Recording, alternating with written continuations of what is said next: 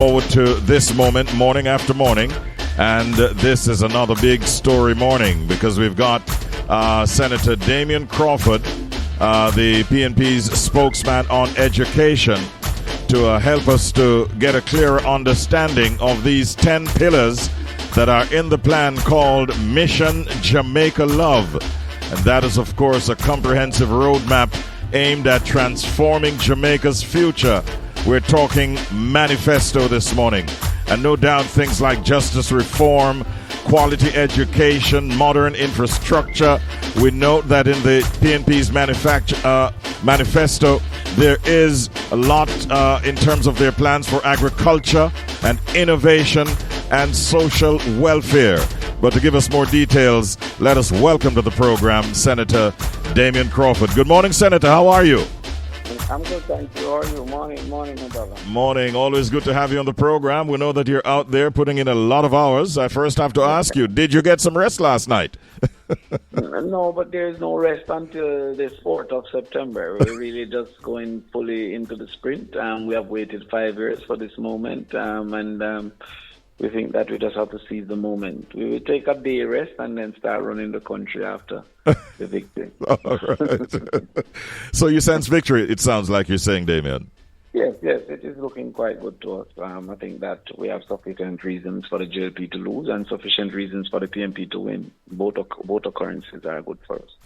Now, let's focus now on the manifesto. First of all, take us back to the launch. How did that event go, and what have you been picking up since the launch of your manifesto? Oh, the launch was excellent. I must congratulate persons like Peter Bunting, Nikisha Burchell, persons Dayton Campbell, who were the central persons in the launch concept, Tara Playfair. Those are the persons who conceptualized the launch, the process, the inclusive representation. And it has come off quite well. The people are quite elated. They're seeing what looks like our cabinet. And to that extent, there's more certainty of what the PNP will do and how they will approach governance. So we've been getting good feedback. Within the manifesto and the message, what would you say are maybe the top, maybe say 3 or 4 items that you've been getting really good responses to based on what you have proposed?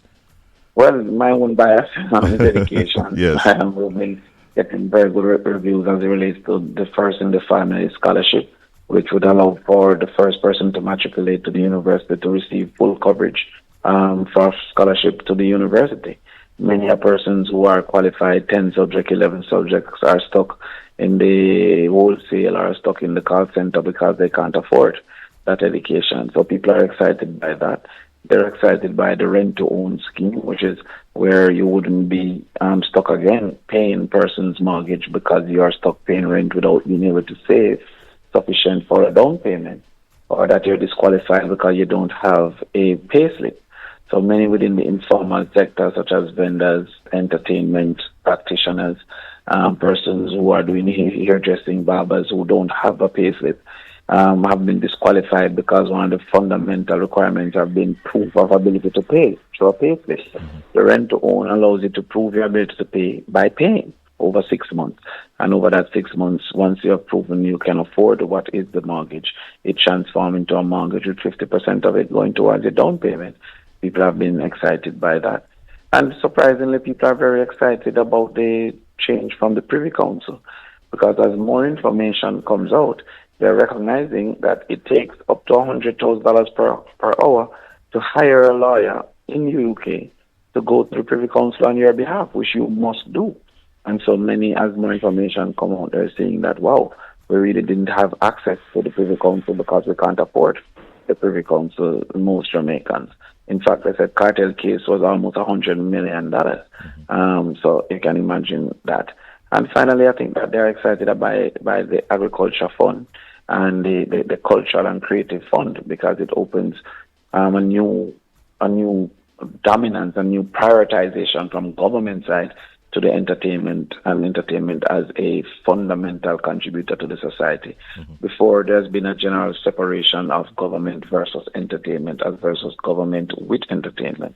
And the agriculture fund should help to create greater food security and greater earnings In fact, the school feeding program that they proposed for $18 billion will be centered upon local production and contracts to farmers to do callaloo, to do pumpkin, to do chicken, to do egg. So the more and more they're recognizing these things, I think those are the ones that have created the most excitement. Okay. I want to go back to education for a little bit because we haven't spoken since you had made a statement, and the initial reaction, it seemed, from the JTA and teachers generally was one of disagreement. But I think you have given further explanation on your plan to extend the school day. And since we have not spoken about it before, maybe you take a minute to just explain what that is all about. Okay, well, yes, within that article, the headline stated correctly that we had intended to extend the school day. However, in the body of the article, it indicated that it was not for free and that the teachers would apply to participate. So it is based on their own willingness to participate. So some teachers were concerned that it would have been more work and no pay. And I think it's because they're suffering from PTSD based on how they've been treated by the JLP government. And so we're asking them to recognize and separate what the JLP government had done as versus what governments do. Because it was the JLP government that removed their special interests from the NHT. There was a JLP that gave them a 20% increase when they took the total increase for themselves. And it was a JLP that offered them 0% going forward. So I believe that they were suffering from just fatigue on how they were being treated by the government. The plan for the extended school day is to offer to those students that need it additional effort and additional exposure, especially from a homework standpoint and a remediation standpoint. And that is for Mondays and Wednesdays. And to incorporate more socialization practices and a values and attitude re-engineering in the society by having clubs and societies on a Tuesday and on a Thursday. These things are already happening, but only for those who can afford it. Most persons who do well in PEP go to extra classes and get their first choice schools. Most people who pass math, sciences, in particular chemistry, physics, bio, they go to extra classes. And so having seen the output of the affordability of extra classes, we are extending it to those who are unfortunate enough to not be in the affordability bracket for these extra classes and these clubs and societies. I can tell you that a school like Arden have about 19 clubs and societies, while a school like Holy Trinity, may have 2 or 3 clubs and society, including football. So the equity concept of the People's National Party is to extend that which is functional to those who can't afford it. And that's all we're trying to do with our extended day, so that those who are incapable to pay for football or to pay for cadet or to pay for homework or to pay for extra classes, we will implement that. Okay. And some of the resistance from the JLP is concerning to me because I know, as a matter of fact, that their children are participating in extra classes. Some of them participate with me. So I don't understand what was the hoopla from the JLP side. All right, let us get back now to the manifesto. We are living in a technological age. What strategies will be employed by a PNP government to support tech innovation zones and things like MSME financing and so on? Okay, well, have you heard, for example, that we have the $1 billion fund for the orange economy, or what you call the creative economy? And that fund is dedicated towards creating spaces that persons can rent, for example, green rooms, studios time with the best of equipment. So that is one way that we're seeking to promote. And as you can see, many are now earning through TikTok, etc., which is content creation. We diminish the concept of content creation when we say, oh, it's TikTok, but movies are also content creation. Television is content creation. So what the internet have allowed is a democratization of content so that persons can create entertainment within their own space and other persons who are interested can consume that content. Mm-hmm. And there's reason for earning from that. There's a legitimate basis for earning from that in the same way we pay on Netflix for content.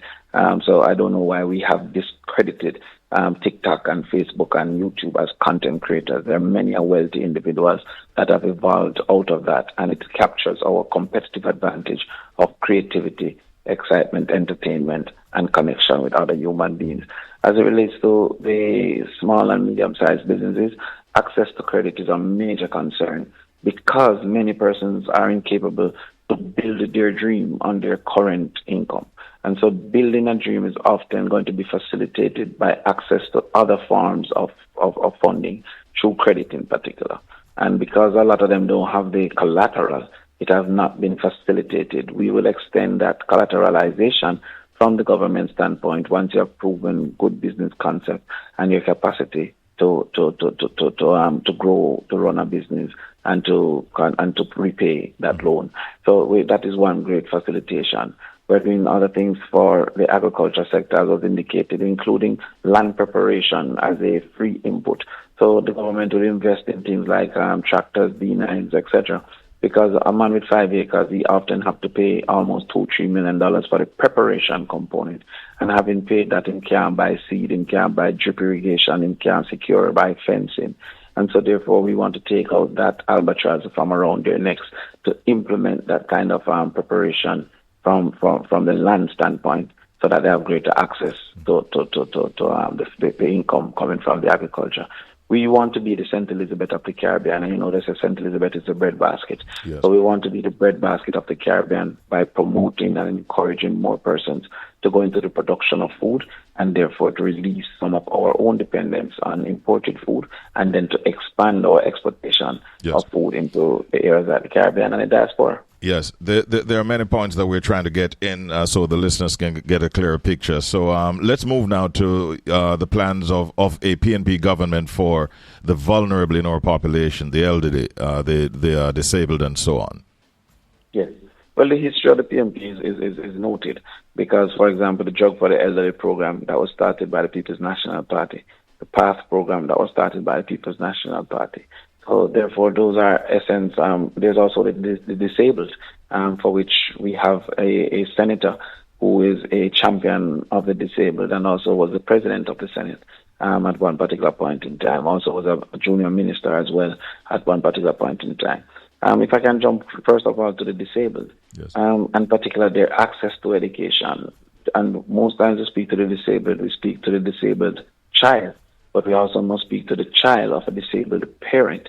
What we have recognized is, for example, a person who is wheelchair bound or a person who is blind, their children have a later entry into the education sector because the early periods that they have to transport their children to school or assist in transportation, they find difficulty in doing that. And so therefore, when we have shadows as it relates to in school, for those people who are incapable to lead to early intervention, we will have implementation for community aids to carry these children from point A to point B and back to point A, so that they can have early access to education. Many of them have not, by research, entered into the education stream until 8 or 9 years old because of the difficulty faced by their parents. Then we have seen an increase in the level of autism and other kind of neurological disabilities as it relates to learning, dyslexia. And so we want to increase the level of testing. The current waiting period goes up to 4 years for testing, and we're increasing that to 7 centers of testing because we have 7 education regions, and those 7 education regions will each have its own testing center. That will help the early diagnostics and, by extension, early intervention, so that we can reduce the handicap created by the disability. And so that is one other area. We're going to expand the Jobs for the Elderly program to ensure that the elderly have greater access to health care. And of course, we're seeking to increase the number of persons who own a home, which is one of the greatest assets to an individual in retirement. Most mortgages end by retirement, and by extension, the cost of housing is dramatically reduced when you no longer have mortgage. To the contrary, rent don't end at retirement, and an elderly person with less income still having to pay rent comes a major albatross around the necks of that particular individual. And so to that extent, we are seeking to control that expense by doing more for persons to own homes with the removal of the cost of land, for example, from the low-income home constructions from a government standpoint. So these are some of the things that we're trying to do for the vulnerable, in particular children and the adults and the elderly. And you will hear some more on Tuesday as we present the more exciting components, some of the more exciting components of the manifesto. Okay, and that will be in a press conference? That will be in another presentation. Okay. We have learned from history that the JLP have waited on our manifesto and taken what they feel best on it and then repackage. So we just take out some this time and say, all right, start with that, and then we'll see where we go from there. Speaking of which, I note that Abka Fitz-Henley, in criticizing your own manifesto, says that the PNP's manifesto is a regurgitation of what JLP has done and plans to do. How do you respond to that comment? Well, the evidence and history exists. The evidence and history exists that the PNP was the first to propose a subsidy of the electricity to the tune of $4,000. The JLP ridiculed that in 2020 and then implemented it in 2022. And not only did they implement it, they implemented it to the exact same $4,000. The first set of people to speak about the small movement and sector meaning goals would have been the People's National Party, and that was proposed, and that is on Victory Radio. And that was proposed by the People's National Party and replicated by the JLP later on. So the fact of the matter is the evidence of Tesla's ideas have been centralized by the Jamaica Labour Party. Now, if it is that they can identify the things that they believe that we share, fine, then identify those things. I don't believe that we're in total opposition to every single opinion of the JLP.